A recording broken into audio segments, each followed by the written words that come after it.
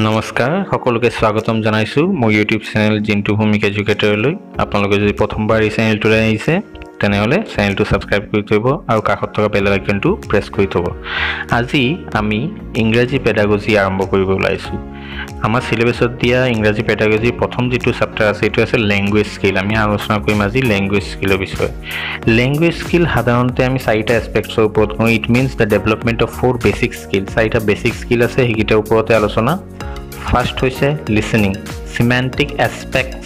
of a language माने जेटा शब्दार्थी आमी শুনিলে নহব শুনি ইয়াৰ অৰ্থ বুজি পাব লাগিব তাৰ পিছত হৈছে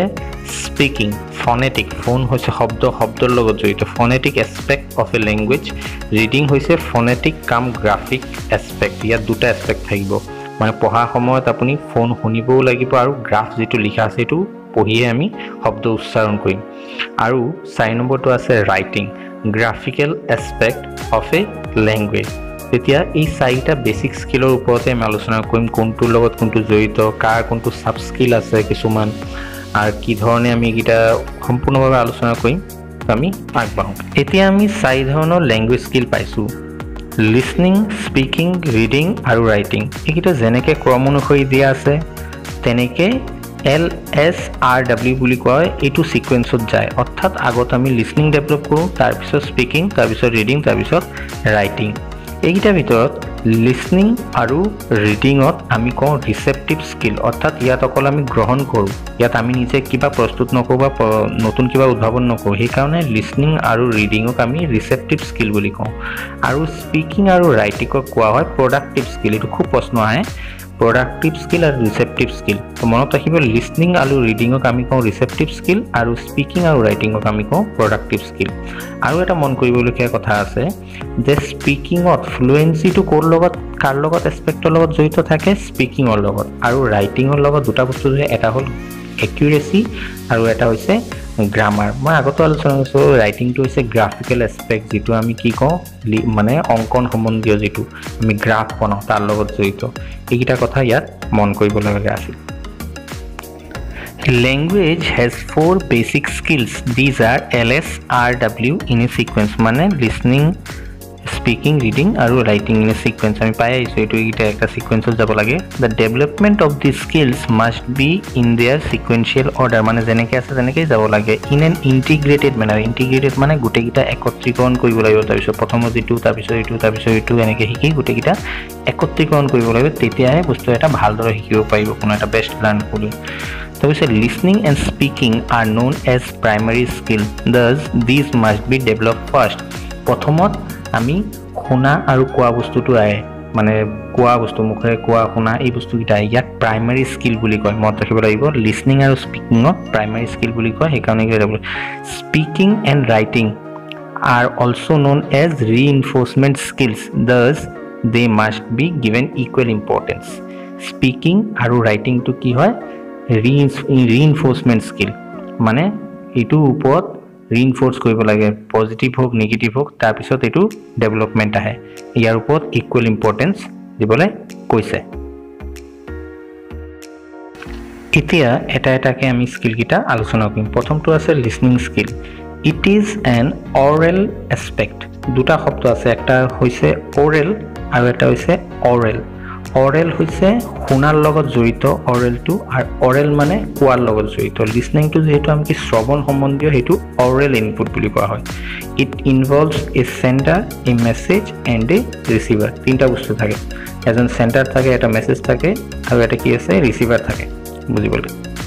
speech rhythm pronunciation etcetera are learned by listening to appropriate models appropriate model মানে যিজনে সুন্দৰভাৱে এটো উপস্থাপন কৰিব পাৰে স্পিচ হোক ৰিদম হোক প্ৰনাউন্সিয়েশন সঠিক উচ্চাৰণ কিটা কৰিব লৰা ছোৱালীয়ে তাপা শিকে অৰ্থাৎ এটো এজন শিক্ষক হ'ব পাৰে এজন আদৰ্শ বক্তা হ'ব পাৰে তাপা লৰা ছোৱালীয়ে নিজৰ লিসনিং টু শুনি তাৰ পিছত আমি কি ভাষাটো সুন্দৰভাৱে গঢ়ি তুলিব পাৰো এটো হৈছে লিসনিং স্কিল তাৰপিছত আহিছো আমি আমাৰ 2 নম্বৰ স্কিলটোলে যেটো হৈছে speaking skill It is a productive or expressive skill in oral mode. Etu oral অর্থাৎ কি কোৱাৰ লগত জড়িত আমি আগতেও কৈছিলো কি আছিলে স্পিকিং আৰু ৰাইটিং আছিলে productive বা expressive skill বুলি কৈছে তো it is a productive or expressive skill in oral mode. It is fundamental to human communication in daily life. আমি এজনে আনজনৰ লগত কথোপকথন কৰাত মত বিনিময় কৰাত সহায় কোনে হ'ব স্পিকিং স্কিল মানে কথাৰ কোৱাৰ ধৰণটো পৰা আমি কি এজনে আনজনৰ মনোভাৱ প্ৰকাশ কৰিব হেতুৰ লগত কিন্তু জড়িত হ'ব স্পিকিং লিসনিং টু শুনা স্পিকিং টু কোৱালে আগবাঢ়িম এতিয়া আমি তৃতীয় স্কিললে আগবাঢ়িম আমাৰ 3 নম্বৰ স্কিলটো হৈছে reading skill it is a receptive skill in written form এটো ৰিটেন ফৰ্মত থকা এটা ৰিসেপ্টিভ স্কিল অৰ্থাৎ আমি গ্ৰহণ কৰিব অকল ইয়াত আমি টাইপস অফ ৰিডিং আলোচনা কৰিম এতিয়া বহুত ধৰণৰ ৰিডিং আছে প্ৰথমটো হৈছে লাউড ৰিডিংটো মানে কি প্ৰথমত যেতিয়া লৰাছোৱালীয়ে পঢ়িবলৈ আৰম্ভ কৰে তেতিয়া আমি কি কওঁ ইনিশিয়েল ষ্টেজ বা বিগিনাৰ্ছৰ কাৰণে সবতকে ফ্ৰুটফুল কোনটো হয় লাউড ৰিডিংটো ডাঙৰকে পঢ়া হয় নহয় জানো যে তুমি ডাঙৰকে পঢ়া কিবা এটা ভুল হলে মই কৈ দিম তেনেকুৱা প্ৰথম ষ্টেজত লাউড ৰিডিংটো আমি এনকাৰেজ কৰোঁ তাৰ পিছত আহে সাইলেন্ট ৰিডিং অৰ্থাৎ মনে পঢ়া তাত কি ওপৰত গুৰুত্ব হয় স্পীড সোনকালে পঢ়ি যাব আৰু কনসেন্ট্ৰেট কৰি পঢ়িব পায় এই দুটা বস্তুৰ ওপৰত গুৰুত্ব দিয়া হয় তাৰ পিছত এটা আছে ইন্টেনসিভ ৰিডিং তো কি হয় স্পেসিফিক হয় নিৰ্দিষ্ট হয় ডিটেইলত পঢ়ো আমি আৰু লাহে স্লো আৰু এটা ফৰ্ম হৈছে এক্সটেনসিভ ৰিডিং ইয়াত কি হয় ফাস্ট হয় আৰু ইয়াত পেসিভ ভোকাবুলাৰি দুটা শব্দ পাম আমি এটা হৈছে এক্টিভ ভোকাবুলাৰি আৰু এটা হৈছে পেসিভ ভোকাবুলাৰি কিটো আমি কিতাপ পত্ৰত বহুতো এনেকুৱা শব্দ পাওঁ যেটো আমি দৈনন্দিন জীৱনত ব্যৱহাৰ নকৰো তেনেকুৱা শব্দক আমি পেসিভ ভোকাবুলাৰি বুলি কওঁ আৰু ইন্টেনসিভ ৰিডিংৰ ক্ষেত্ৰত এক্টিভ ভোকাবুলাৰি জড়িত থাকে মানে যিটা শব্দ আমি সচৰাচৰ ব্যৱহাৰ কৰো এতিয়া আমি আলোচনা কৰিম সাব স্কিলস অফ ৰিডিংৰ লগত জড়িত সাব স্কিল এটা কি এক নম্বৰ হৈছে প্ৰিভিউইং অৰ্থাৎ ওপৰে দেখি যোৱা প্ৰিভিউ কৰা এটা তাৰ পিছত হৈছে প্ৰেডিক্টিং বহুত এটা ইম্পৰ্টেন্ট এটা মনত ৰাখিব প্ৰেডিক্টিং সাব স্কিলটো কি হলো জড়িত ৰিডিংৰ লগত জড়িত প্ৰেডিক্টিংটো মানে কি ধৰক আপুনি কিবা এটা শব্দ বুজি পোৱা নাই কিন্তু তাৰ ওচৰে পাজৰে থকা শব্দকিটা মিলাই আমি এটা অনুমান কৰিব পাৰো ইয়াৰ অৰ্থটো এটো হ'ব পাৰে বা এটো ষ্টৰী পিছত এটো হ'ব পাৰে এটো পৰ্যায়ৰ পিছত এটোলৈ যাব পাৰে এটো প্ৰেডিক্ট কৰা যেটো তাকে আমি ৰিডিংৰ সাব স্কিল প্ৰেডিক্টিং বুলি কওঁ তাৰ পিছত দুটা অতিকৈ ইম্পৰ্টেন্ট বহুত বেছি কোৱেশ্চন আহি থাকে স্কিমিং আৰু স্কিমিংটো হৈছে কি মানে আমি বিশেষ একদম ইজি এক্সাম্পল হৈছে নিউজ পেপাৰ পঢ়া কিটো হৈছে স্কিমিং আমি হেডলাইনটো পঢ়ি যাও বেছিভাগ ক্ষেত্ৰত ডিটেইল ইমান পঢ়ি নাচাও মানে কিবা এটা মূল ভাৱটো লব পাৰিলে হল এটো কি ক'ব বিচাৰিতে ইংলিছত বুলি কয় গিষ্ট অফ লব পাৰিলে হেতু হৈছে স্কিমিং অৰ্থাৎ এটা ওভাৰঅল সামাৰি লৈ লোৱা আৰু স্ক্যানিং হৈছে স্পেসিফিক ইনফৰমেশন বিষয় মু এটো লাগে এটো শব্দ লাগে এই কোনোপা মানে পেসেজ এটা যেতিয়া আমি সলভ কৰো তেতিয়া আমি স্ক্যান কৰো কিন্তু স্কিম কৰি না যাও স্ক্যান এটো শব্দ লাগিছিল এটো শব্দৰ অৰ্থ কি তেনেকে স্কিমিং হৈছে ওভাৰঅল সামাৰি লোৱা আৰু স্ক্যানিং হৈছে স্পেসিফিক ইনফৰমেশন লোৱা এটো মনত ৰাখিব লাগিব আমাৰ 4 নম্বৰ সাব স্কিলটো হৈছে writing skill It is a skill which enables a learner to brainstorm শব্দটো অৰ্থ কি যিকোনো আইডিয়া আহা মানে বহুমুখী আইডিয়া মাথালৈ আহাটো পটকে কিবা এটা উপস্থিত বুদ্ধি থকা হেতু ব্ৰেইনষ্টৰ্মিং বুলি কয় ব্ৰেইনষ্টৰ্ম আইডিয়াজ অৰ্গানাইজ দেম এগুটাত খজুৱা ড্ৰাফট এইগিটা শব্দ সাব স্কিলতো পঢ়ে কিন্তু কেতিয়াবা সাব স্কিল কি আহে ড্ৰাফটটো হৈছে ৰাইটিংৰ সাব স্কিল কিন্তু অৰ্থাৎ প্ৰথম লিখনি একা আগত খসৰা প্ৰস্তুত কৰা হেইটো আমি অৰ্গানাইজ কৰিম লাহে ভালকে ফ্ৰেশ কপি বনাম কিন্তু তাৰ আগত আমি এটা খসৰা বনাই লওঁ ড্ৰাফট যেটো তাৰ পিছত আছে এটো এডিট কৰা ইয়াত এটো যোগ হ'ব এটো বিয়োগ হ'ব এটো কৰা and revise his her work এটো হৈছে ৰাইটিং স্কিল লগত জড়িত এই শব্দকিটা যে খুব ইম্পৰ্টেন্ট ব্ৰেইনষ্টৰ্মিং আছে আইডিয়াজ আছে অৰ্গানাইজ কৰা আছে ড্ৰাফট এডিট এগিটা কিহৰ লগত জড়িত ৰাইটিং স্কিলৰ লগত এটো মত ৰাখিলো এতিয়া আমি কিছু প্ৰশ্ন আলোচনা কৰিম প্ৰথম প্ৰশ্নটো আমাক কৈছে which of the following skills are known as primary skills এটো 3 নম্বৰ পৰা 4 নম্বৰ পেজতে কোৱা হৈছিল যে প্ৰাইমাৰী স্কিল কোনগিটা কোৱা আমি কৈছিলো না শুনাৰ লগত জড়িতটো প্ৰাইমাৰী আছিল গতিকে লিসনিং আৰু স্পিকিং এইটা হ'ব primary skill option number 1 to correct 2 number প্ৰশ্নটো আমাক কৈছে under which activity do recognizing sounds and deducing meaning from them come sound to recognise কৰা তাৰ পৰা মিনিং লোৱা এটো কিহৰ লগত জড়িত মিনিং ল'ব লাগিব সাউন্ডটো লাগিব গতিকে দিয়া আছে speaking listening reading writing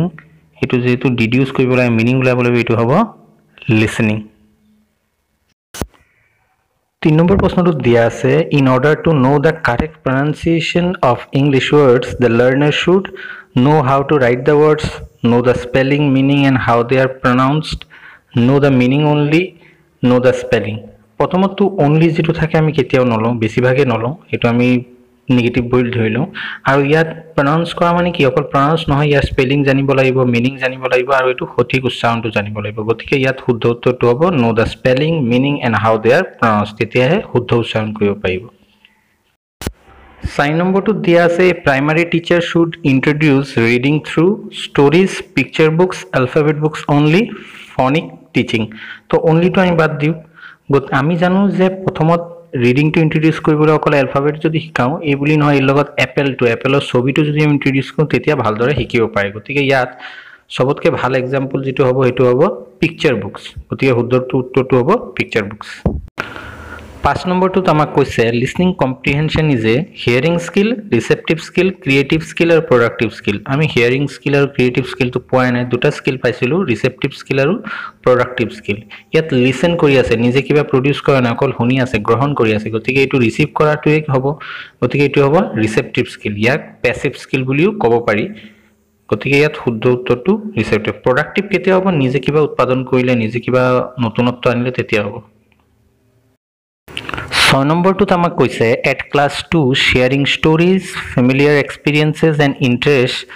employing gestures where appropriate is a sub skill of dash function reading listening speaking writing যেহেতু experience share কৰি আছে কৈ আছে নিজৰ মনোভাৱ ব্যক্ত কৰি আছে গতিকে এটো কিহৰ sub skill হ'ব স্পিকিং অৰ গতিকে শুদ্ধ উত্তৰটো ইয়াত হ'ব স্পিকিং